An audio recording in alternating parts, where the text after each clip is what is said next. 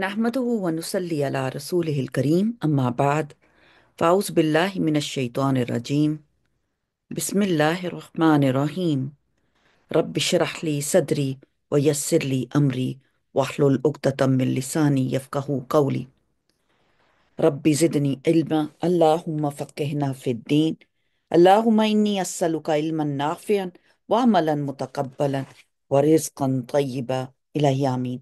अस्सलामु अलैकुम व रहमतुल्लाहि व बरकातुहू। How is everybody? Allah may guide us in the best way. And alhamdulillah, alhamdulillah, we are doing Surat Al-Nisa. Allah subhanahu wa ta'ala has given us law of inheritance and how this inheritance is applied.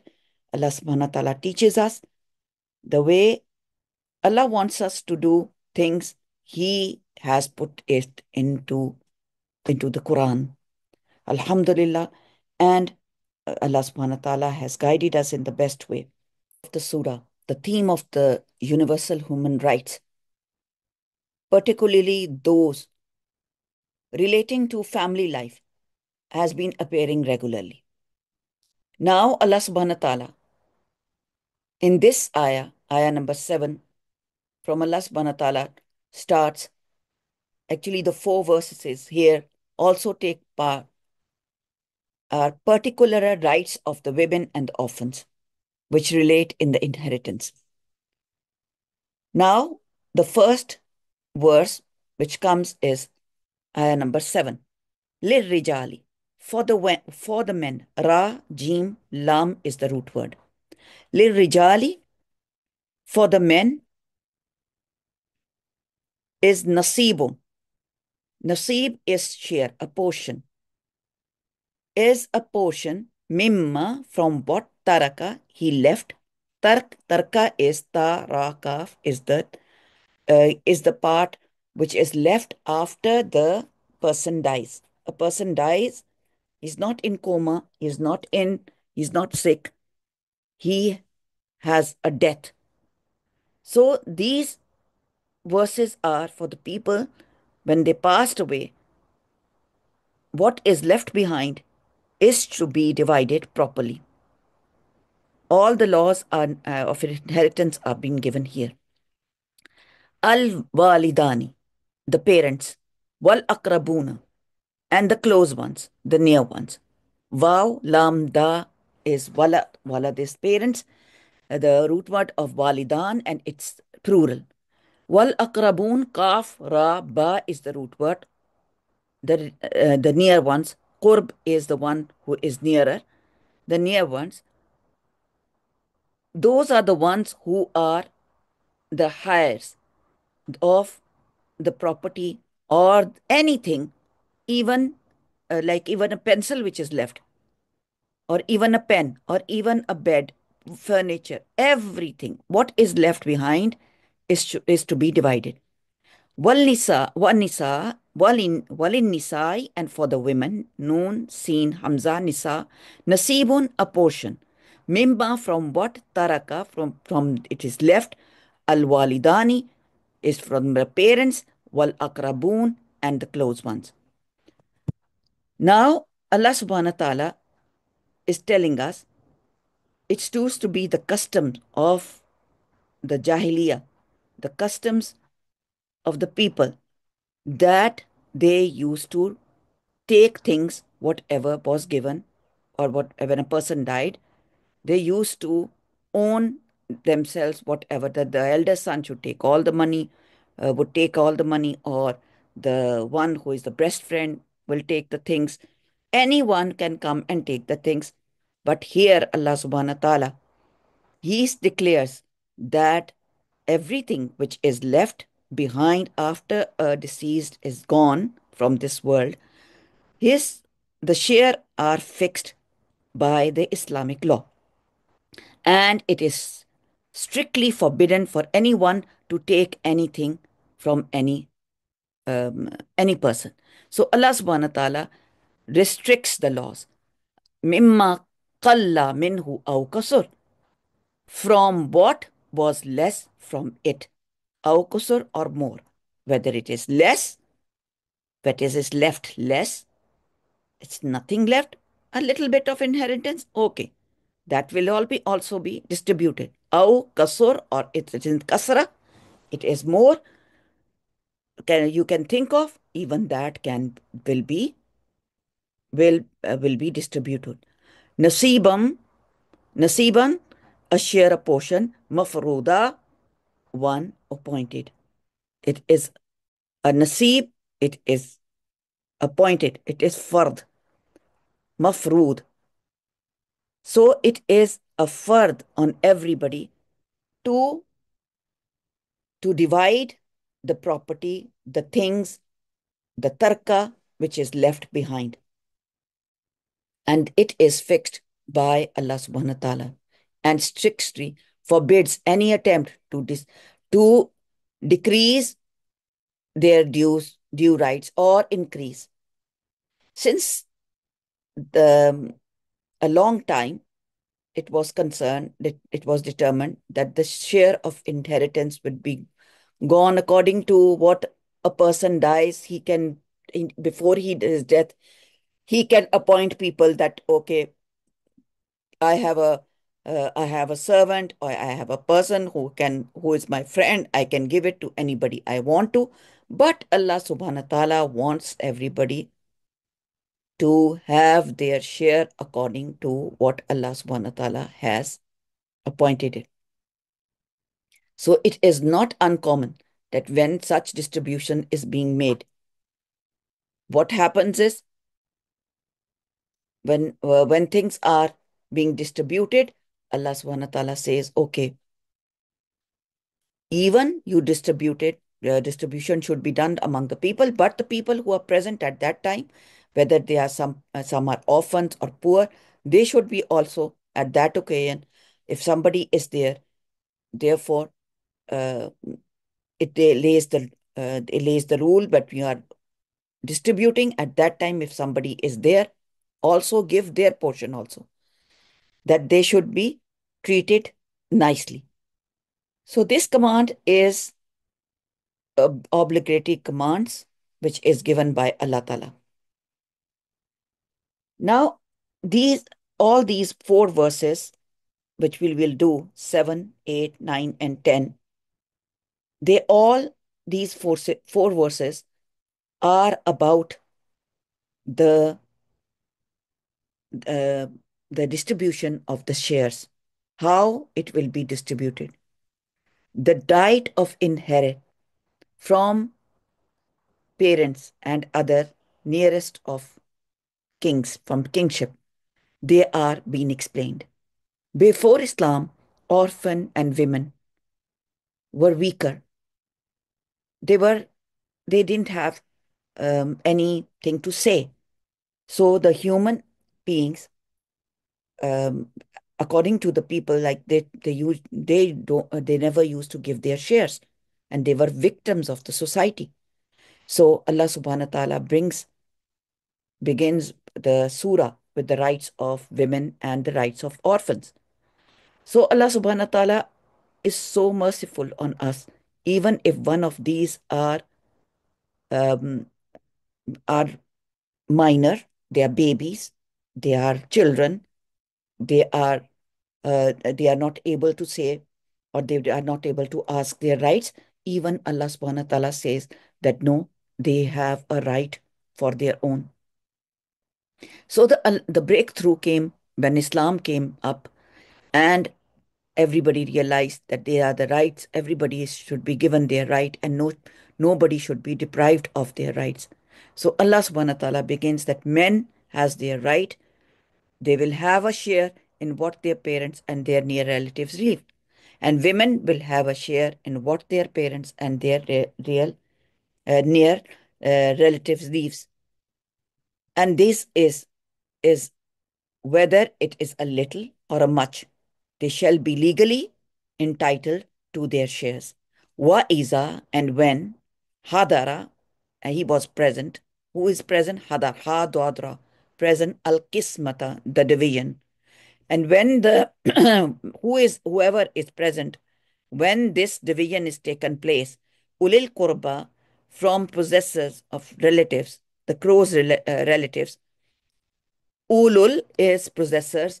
Qurb, kaf, raba is the root word from the near and the real relatives, relationships. Wal yatama and the orphans. Wal masakin, sakan, sin, kaf, noon. Sakan is the needy, the dependent, whose life is stopped because of something. He can't, he or she can't move on with the life. Farzuquhum. So you all provide them. You all risk ra za qaf. You give them risk. You provide them sustenance. Minhum, from some of it. Waqulu, and you all say lahum, for them. Qawlan, a speech, a word. Ma'rufa, a manifold. A manifold words, or recognized or approved word, or speak to them the words which are nice, the words which are recommendable, the words, the words which are not not to disgrace them. So Allah subhanahu wa ta'ala explains here that um, you know what, when the blessed Prophet sallallahu alaihi wasallam, when a companion came to him and he left behind two daughters and a minor boy and his wife as the inheritor. But very much like the old Arabs' customs, two of his cousins from the father's side came and took the whole property and their possession and just gave nothing to anyone from among the children and the wife of their deceased brothers. This may have been so because, according to their customary practice at that time, a woman was absolutely out of the um, right of inheritance, major or minor. This conveniently ruled out of the wife and the two daughters. So they took the money and they took everything and left. As far as the boy was concerned, he was a minor and therefore he too was excluded from the inheritance. As a result, the two parental cousins became the inheritors of the whole property. So this used to be happened. So in spite of what happened, the widow of Sayyidina, this companion, was Awais bin Sabit, still wanted that their cousins, who had taken possessions of the entire property left by her deceased husband, might as well marry the two orphans' daughters so that she's been taken care. But as they did not accept their proposal, so she went to the Prophet ﷺ and narrated to him her sad story and explained the distinction done with her children. By the time the verse of inheritance was not yet revealed in the Quran, and Rasulullah sallallahu alaihi wasallam withheld his response. He didn't say anything. His heart was at peace. He was confident that this injustice practice will be removed from uh, from the revelations. Therefore, the Prophet sallallahu alaihi wasallam was revealed this ayah. الرجال نصيب مما ترك الوالدان والأقربون والنساء ونصيب مما ترك الوالدان والأقربون مما كل من أو قصر نصيب مفروضا. For men, there is a she in what the men, there is a she in what the parents and the head in nearest of kins have left, and the women, there is a share. Both have the share in what the parents and the nearest of kins have left, but it small or large or is determined share. There is share in both of them, the venom. After that came that this verse was revealed, the second verse of inheritance, which came the details of the shares. The second section of this surah compromises or it gives the details. So the Prophet ﷺ followed the injunctions of the Quran and gave the wife the 1/8 of the total inheritance and distributed the rest of the property over the sons and the daughters of the deceased. in a way that the half of it went to the boy and the remaining half was shared equally by the two girls. The cousins, since they were not the nearest of the kins as compared to the children, were excluded. So this is what was happened. The rule of inheritance is given by Allah and nobody can change it. This verse lays down the rule relating into the law of the inheritance. So that's why Allah Ta'ala says, in what the parents and the nearest of kins have left, the two word wal walidain and wal akrabun, it spells out the two basic principles of inheritance, whether they are akrabun or they are walidain. It is divided among everybody. Wal yakshal lazina, Allah subhanahu wa ta'ala says, and he should fear. The people should fear. Khashi, kha, sheen, ya is the root word. Allazina, those who, law taraku, if they left, min khalfihim, from behind them. Khalf is from kha, lam, fa. Zurriyatan, offerings of children. Diyafan, weak. Khafu, they feared, alayhim, upon them.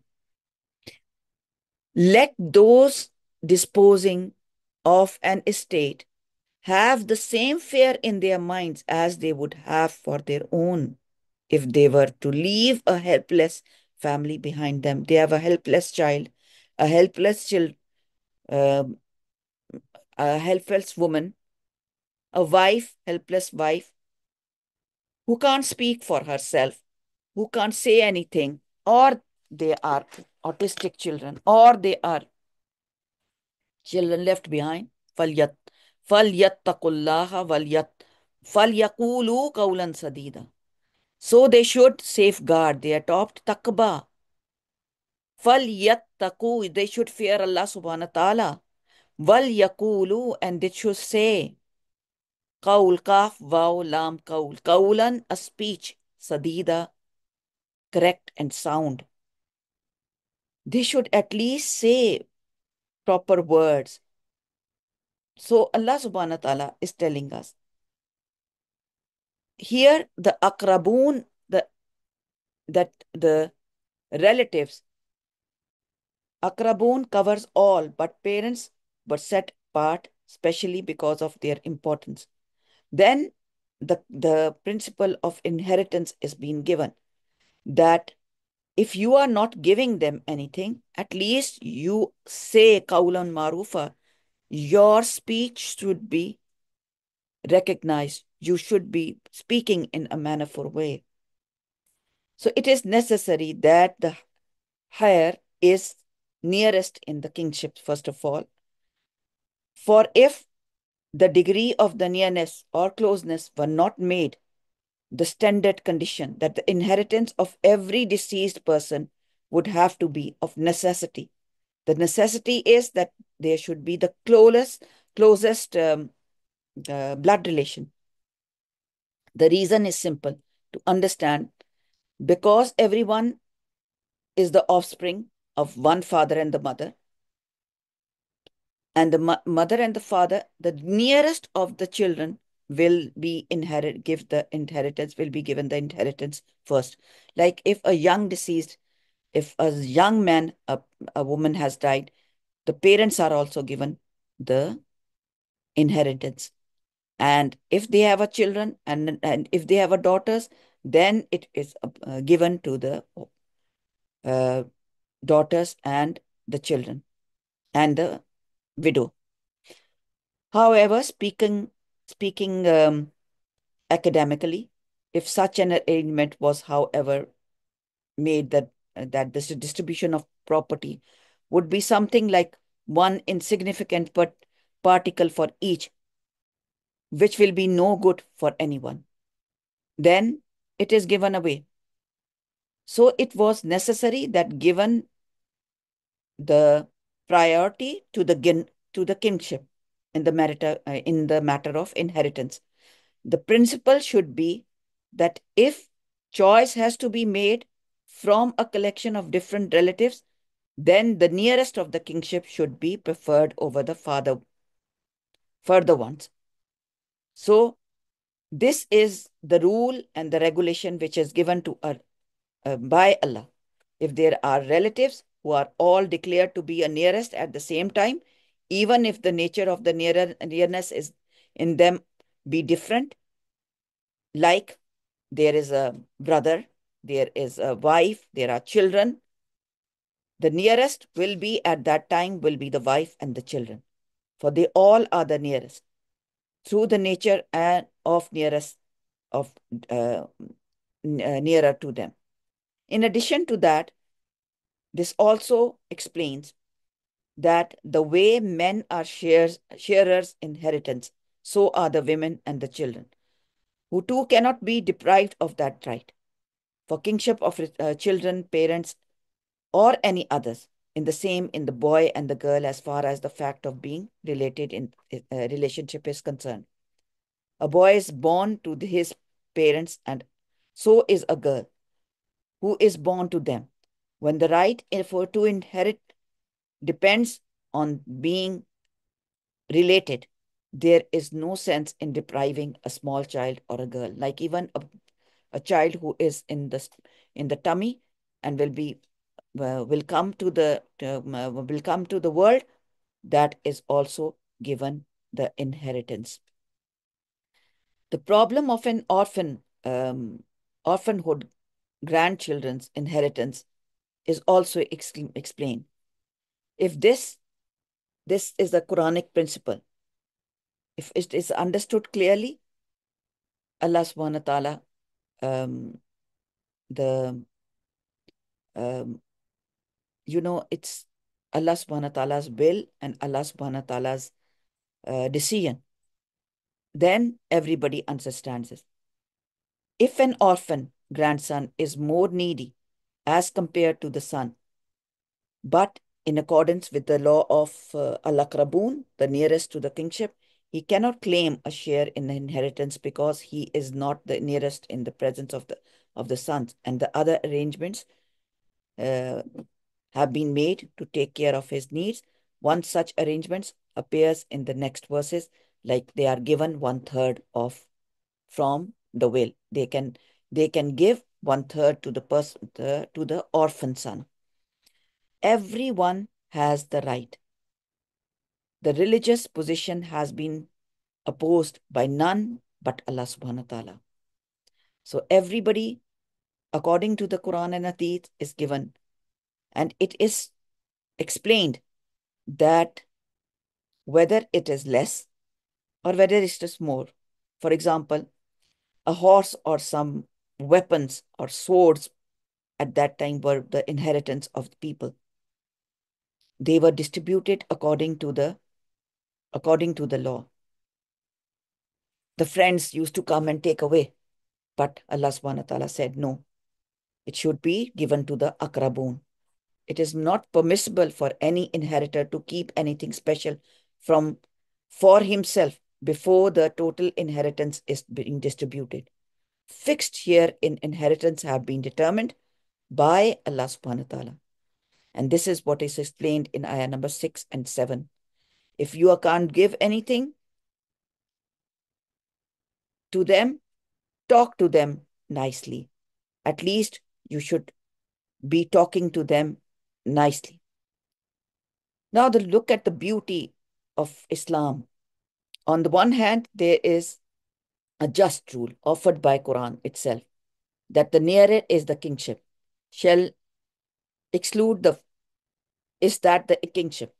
But on the other hand, there is that wonderful concern for the disappointment of the excluded father. Therefore, regular verse has been devoted to carry the necessary instructions as how this situation should be handled. It means that distant relatives, orphans, or needy who can be given the share of inheritance, but they are there at the time of distribution. Give them something. If you can't give them, at least give them something, some good words. Talk to them nicely. Speak to them in a fair way.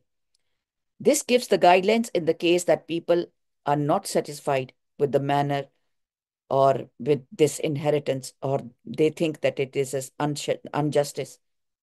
So you tell them this is from Allah. They can be told that they do not have a share in inheritance in a nice way, that this is what Allah subhanahu wa ta'ala has told us to do. And you are here, we are giving you your share in a proper way. Ayah number 9 goes on that you should be fearful, and those who should be fearful, who, if they leave behind some helpless children, would remain anxious for them. So they should fear Allah and say what is right. The one they have left, min khalfim zurriyatan du'afan, dod ain fa is da'if. Khafu, they should fear alayhim upon them. They should have what? Again, Allah subhanahu, they should have taqwa. They should be conscious about Allah and they should say qawlan sadida. This verse addresses Muslims in general. They make it certain that the inheritance should reach to the children fully and fairly. And they must abstain from any action which may affect the share of the children. The general sense is that everything should be distributed fairly without damaging them. And wal yaqulu, and they should say, at least they should speak properly. One must stop if there is somebody is shouting or somebody is not distributing the things properly. Rasulullah sallallahu alaihi wasallam did when he stopped the blessed companion Sayyidina Saad ibn Waqas from giving the whole or half of his property in charity. He wanted to give his property to charity. He stopped him right away. He said, please don't give your give your property in charity. Don't give everything in sadaqah because the inheritance is haq of the children. Don't don't distribute it without because everybody is answerable to what he has done. Because if the whole of or half of the property is given in charity, the share of inheritance or inheritors would be either been all consumed. They will be deprived. So you should fear Allah subhanahu wa ta'ala. Fear that don't give everything away. Subhanallah. Everything is Allah's. And yes, Allah has given us, Subhanallah, Allah has given us the way what to do. And also included here is the general sense of the verse is that guardians of the orphan children, should protect their property and give it to them in full when they become mature. They should take pains to accomplish this mission of trust and never let the least uh, negligence on their part, because this will affect them. If they wish that the others treat their children well after them without causing them any harm or injustice, then they should treat the children of others, yeah, others like others orphans properly in the same way. That's what Allah subhanahu wa ta'ala says, that you talk to them properly. Allah is Allah is Rahim and Allah is Kareem. And ayah number 10, Allah subhanahu wa ta'ala says, Innal lazina, indeed those who yakuluna, they eat ambal al yatama, they eat the wealth of whom? Of the orphans. Zulman, they injust, they do wrong. Innama, indeed, yakuluna, they eat. Fi butunihim, they eat their bellies, they full their bellies with nar. And those people who Inna lazina, surely those who eat up the property of the orphans unjustly, they only eat fire into their bellies, into their abdomens. Wasa yaslauna sa'ira, and will they shall enter soon in the blazing fire. Sayaslo, sallu, swad lam bow. Salat is also why we read salah, why we read namaz, why we read salah. Salah burns all our mistakes. It vanishes, it burns away what bad we have done in our life. That's why Allah subhanahu wa ta'ala has told us to read salah 5 times. Why swad, lam, wow. Swad, lam, ya is the root word. Salli. So wasa yas launa, and they will, and soon they shall enter the blazing, the burn into the blazing fire. Here Allah subhanahu wa ta'ala says, this is the fourth and the 10th ayah, verse number 10, carries a severe warning for those who dispose of the property of the orphans unlawfully. It declares that surely those who eat up the property of the orphans in unjust way, whether they take it away or they don't give their share, they only eat fire into their stomachs, and soon they shall enter into blazing fire. This verse, this verse equates the property of the orphans with the fire of hell. Many commentators have interpreted this that the eating the property of the orphans unjustly is like stuffing one's stomach into the fire into it, because this is what is going to happen to him ultimately in the hereafter. But those with deeper insight and intelligence, they understand well what Allah subhanahu wa ta'ala is talking about. And why Allah subhanahu wa ta'ala is saying, according to them, whatever is eaten up from the property of orphans unlawfully is in reality nothing but fire. Even though it may not look like fire at that time. This is like somebody saying that the matchbox in his hand was fire, or the um, piece of any fire, or piece of fire, killed wood is a fire. Subhanallah.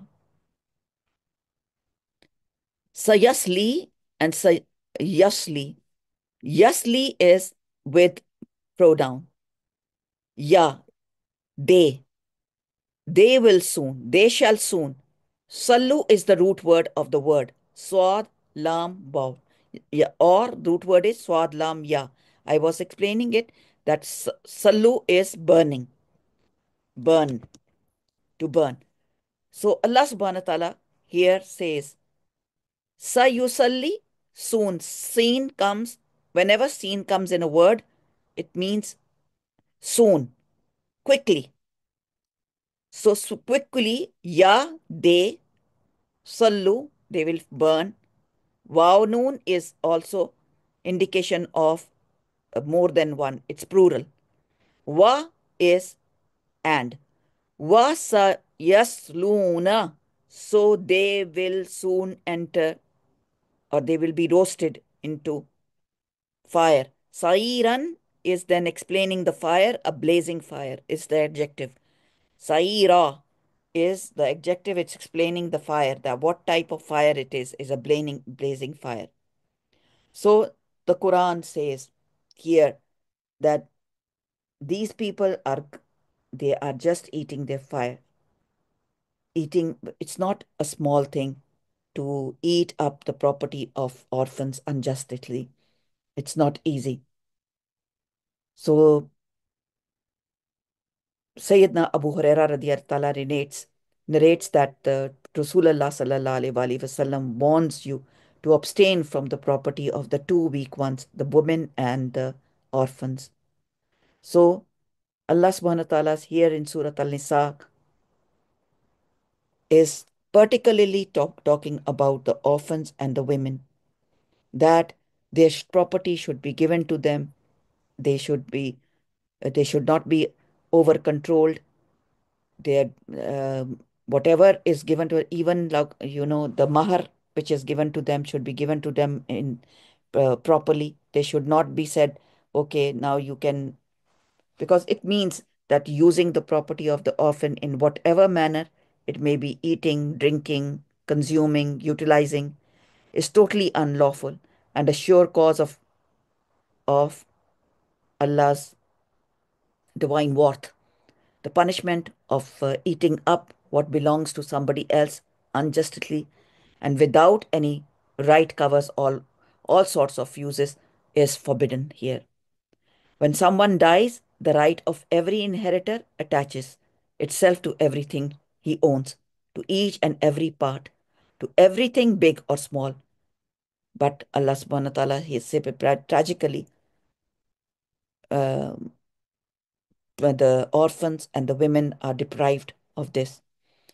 So Allah subhanahu wa ta'ala explains that the orphans should be given their right. Inheritance includes everything owned by the deceased, even the clothes, the property, the the furniture, even a pencil or a sharpener, even a fork and a knife. Everything should be distributed. There are places where um, uh, you know the copper utensils and everything was very precious. So it should not be given away or given as a garbage or given away that, okay, we can give this away, distribute on ourselves once the inheritance is there. Yes, if the inheritors, they all agree, like a father dies and the mother is still there, and then all the inheritors, they agree that the mother is still in the house and she can use the house till she's living there and it will be distributed later on. That is the agreement, that it is according to the inheritors, that they all agree on one thing, that okay, everybody can use it. But um, depriving them, taking them away, then it can be a blazing fire. They will soon be casted into the blazing fire because of being injustice. So, this is a law of inheritance which is being learned by some special people who would know how to do maths, especially because it's like a skill. And inshallah, next week we are going to do the the law of inheritance of ayah number 11 and 12. We will do ayah number 11 next times, because Allah subhanahu wa ta'ala knows who's the pious person. The pious elder will always look into things, will be scared of giving anybody more than a person doesn't deserve. So Allah subhanahu wa ta'ala has given us all the rules, and it is better not to go for the charity and give charity to those who don't deserve it. People think that giving away things in charity from the combined property will be they will get the share. No, everything is given to the given to the inheritor. So only a deceased, inshallah, we will read it in the in the next ayah, that only a deceased can give away only one third of the property on with his own will, with his or her will. Only one third we can give it on our own, and the rest is given by Allah's will. Subhanallah. This is Allah's law, and this is how Allah subhanahu wa ta'ala has given the decision. Yes, during the lifetime, I'm going to explain it again, this also in the next lesson also. During their own lifetime, if they want to distribute things to to their own children, they want to give a gift, they should give gift equally. That is also permitted by Allah subhanahu wa ta'ala. When a man came to Rasulullah sallallahu alaihi wasallam, and he said that I want to give gifts to my children. Rasulullah sallallahu alaihi wasallam said to give them equally. But that gifts is not being taken back and put into inheritance. Whatever is given into their life is given. Then that is not taken back into inheritance. Inheritance and tarka is the one which is left behind by a deceased when he's died. He has passed away. So inshallah we will continue this interesting chapter next time. Our classes time is up now. Barakallah fi, Jazakallah khair. We have done verses 7, 8, 9, and 10 today. Barakallah, Jazakallah khair. I will put the recording in our groups. Subhanakallahumma wa bihamdika ashhadu an la ilaha illa anta astaghfiruka wa atubu ilayk wa akhiru da'wana alhamdulillahi rabbil alamin. Assalamu alaikum wa rahmatullahi wa barakatuh. Jazakumullah khair.